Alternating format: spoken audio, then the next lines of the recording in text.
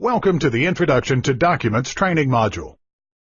When this training is complete, you will be able to name types of documentation train crews must review and consider when moving trains: timetables, EC1, dispatcher bulletin, system division notices.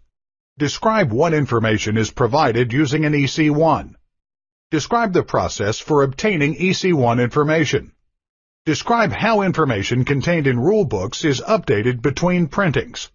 Describe the hierarchy of rules.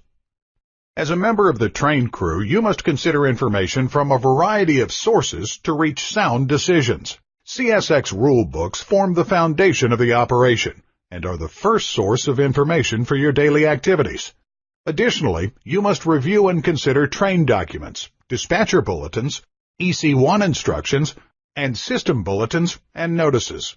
The Switch Position Awareness Form, or SPAF, is a document that you complete and becomes part of the documents that you will retain as part of the record of your trip. Rule books are required and cover most aspects of your job. The following are currently covered: safety rules, operating rules, signal aspect and indication rules, air brake and train handling rules, equipment handling rules, hazardous material rules, company policies. Timetables are printed and used for each division. You are required to have available for use the timetables for the territory over which you operate.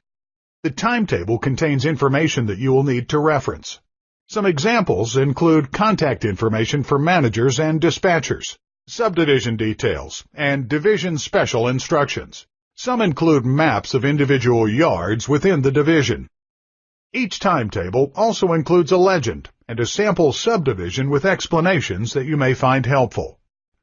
The Timetable Legend provides a description of the contents of the station listing and diagram for each subdivision on the division. Use this for descriptions of the contents of the station listing and diagram. Let's take a look at a sample subdivision. The diagram includes the following columns: authorized speed, milepost location, station name, a track diagram, the authority for movement, and a notes column. The authorized speed column shows the authorized speed for equipment at a particular location.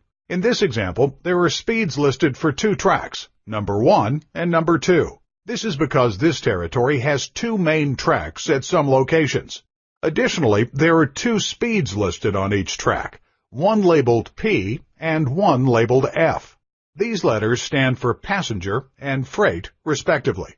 In this example, passenger and freight trains have different authorized speeds. Also, note that at some speeds a line is shown above or below. These locations correspond to the milepost column and indicate the milepost location where the authorized speed changes. There are many reasons that the speed may be different at different locations, such as city ordinance restrictions or the curvature of the track. That's enough detail for now. You'll learn more about the timetables during your training. The System Bulletin is a document that implements changes in rules and system-wide operating practices. This provides a way for the Operating Rules Department to communicate changes to the rule books across the entire system without the need to reprint a new rule book every time a change is made. This is why you must ensure that you have the most current bulletins when you begin your trip. Additionally, you will be required to retain a copy so that it's available as a reference. These bulletins are issued frequently. Each quarter, all bulletins remaining in effect are combined into a reissue bulletin. The quarters end on the last day of March, June, September, and December. The reissue bulletins are effective the first day of January, April, July, and October. Not all updates affect operating rules. A system notice contains information that you must comply with, but does not affect the movement of trains. One example would be to ensure that you have completed your annual training within a certain time parameter. This is certainly something you must be notified of and comply with. However, it does not change any operating rules, nor affect the movement of trains. You are required to read and comply with the contents of the notices, but are not required to print and carry them with you during your tour of duty. During your training, you'll learn how to access the bulletins and notices. If your assignment requires your train to enter a track controlled by the dispatcher, you must receive a dispatcher bulletin. A dispatcher bulletin informs the crew about all temporary restrictions along their route. At the railroad, things are always changing, and this bulletin provides a means for communicating these changes in real time. Some examples are employees repairing the track at certain times of the day, or temporary speed restrictions, much like you would see in construction zones along the highway. Each dispatcher bulletin contains 2 copies, one for the locomotive operator and one for the conductor. After obtaining your bulletins, your crew must carefully read through all pages and verify some information. Ensure both copies contain the same information.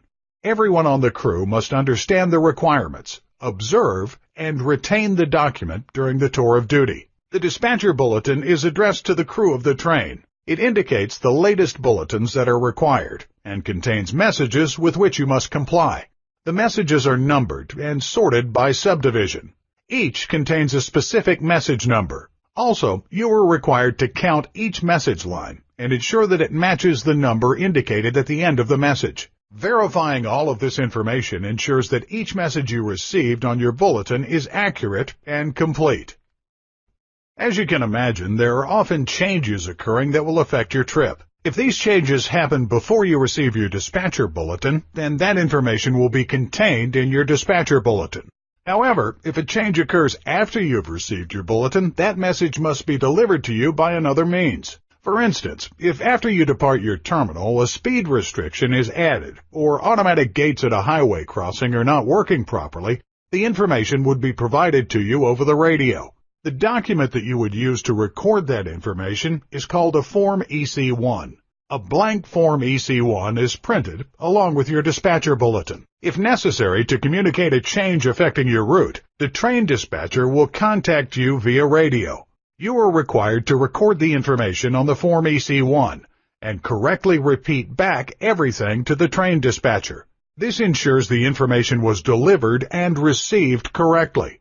Then, the information is in effect and must be acted upon correctly. Much of the railroad is governed by signals. These signals communicate a lot of important information to train crews. Part of that information tells a train crew when there is an issue with the track ahead of them, such as a broken rail or a switch not lined for their movement. This signal system will communicate that information and ensure that the train crew does not operate over a switch that is not lined properly. However, in some parts of the railroad there is no signal system. All movements are governed by verbal instructions of the train dispatcher, and accuracy of information being communicated is extremely important. Since there are no signals, there's not always a way to warn a crew regarding an improperly lined switch. Switches not aligned correctly for the route can cause a catastrophic incident. The Switch Position Awareness Form provides a place to record the use of these switches when they are operated and when they are restored to their normal position. This provides an extra layer of protection whenever a switch is operated in non-signaled territory. The first step is understanding what applies and what prevails in situations where there is a conflict in information. This is referred to as the hierarchy of rules. The operating rules form the basis for our operation. These rules apply to our entire rail network. Above that is information contained in the timetables. Timetables contain information about your specific territory and are, therefore, more relevant to your local operation. Here's an example. We have an operating rule that indicates that a particular piece of equipment may be operated at 40 miles per hour. The timetable indicates that on your subdivision, that same equipment is restricted to 30 miles per hour. The equipment must be operated at the lower speed. As you can imagine, rule books and timetables are printed books and are, therefore, not updated very often. But things change in our operation, and we must have the updated information in order to comply. This is done by using system and division bulletins. These bulletins apply to the movement of trains and the safety of employees and are used to update rules. These updates are, therefore, above the information in the operating rules and the timetable. Above the system and division bulletins are the dispatcher messages that are contained in the dispatcher bulletin. This information is current as of the beginning of your trip. The train dispatcher prepares this information for your trip, and it includes current information for the subdivisions over which you will operate. This information is more current and specific than the information lower in the hierarchy. The top of the pyramid is the EC1 instructions. This information is provided in real time to you after you have departed the home terminal en route to your destination. As a conductor, you are responsible for the administration of documents associated with your train. CSX Train Documentation provides the details on train contents, makeup, and hazardous handling and response information. These documents must be inspected and updated as necessary during your tour of duty. The Tonnage Graph lists the cars in your train, along with a graphic representation of how weight is distributed throughout the train. This is important for train handling and must be shared with the locomotive operator. The Tonnage Graph also details the total number of loaded and empty cars, as well as the axle count for the train. On occasion, you may have cars in your train that restrict the movement or require special handling. These will be documented on the Restricted and Special Handling list. If you have cars that are included, review the requirements for handling with the locomotive operator and the train dispatcher. Alert cars, a rail car containing more than 5,000 pounds of a Division 1.1, 1.2, or 1.3 explosive material. A tank car containing a poison inhalation hazard, PIH, including Division 2.2 anhydrous ammonia, Division 2.3 gases, and Division 6.1 liquids. A rail car containing a highway route controlled quantity of Class 7 radioactive material. The proper transfer of custody form must be completed when receiving or delivering alert cars at interchange, picking up alert cars at industry, both inside and outside a high-threat urban area, setting off alert cars at industry inside a high-threat urban area. The position of hazardous material cars in your train must always be known during your tour of duty. As cars in your train are set off and picked up along your route, you must ensure the position of each hazardous material car is documented correctly. A CT-168 report is provided to document the current location of each hazardous material car in your train and spaces to update the information during your trip. This document contains the listing and contents of each car in the train, including hazardous materials. The listing is subdivided into blocks of cars that are destined for the same locations and shows the block lengths, tonnage, and loaded and empty totals. A special handling instruction document is provided when cars in the train contain hazardous materials. This document should be provided to emergency response personnel should an incident occur. It lists the description of the materials and handling instructions should the car be involved in an incident. It also details protective and first aid responses. If your train contains a hazardous materials car without proper documentation, and that is discovered along your route, the train dispatcher may provide the information to you using the radio Waybill form. This document, when complete, will become part of your train documentation and should be kept with the other documents. It contains the necessary entries for transporting hazardous materials. Be sure to add any cars on a radio Waybill to your hazardous position in train document.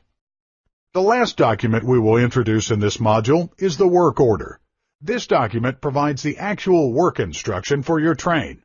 The information may be recorded on a paper document and faxed to the customer service department, or may be transmitted electronically from a device on some jobs. Use this document to record the disposition of cars that you handle as you serve customers. This may include setting off cars along the route, spotting cars at a particular track within an industry, pulling cars from an industry, or picking up cars from other locations. Accurate information is necessary so that we always know the location of the cars and that customers receive accurate charges for the use and handling of equipment at their facility.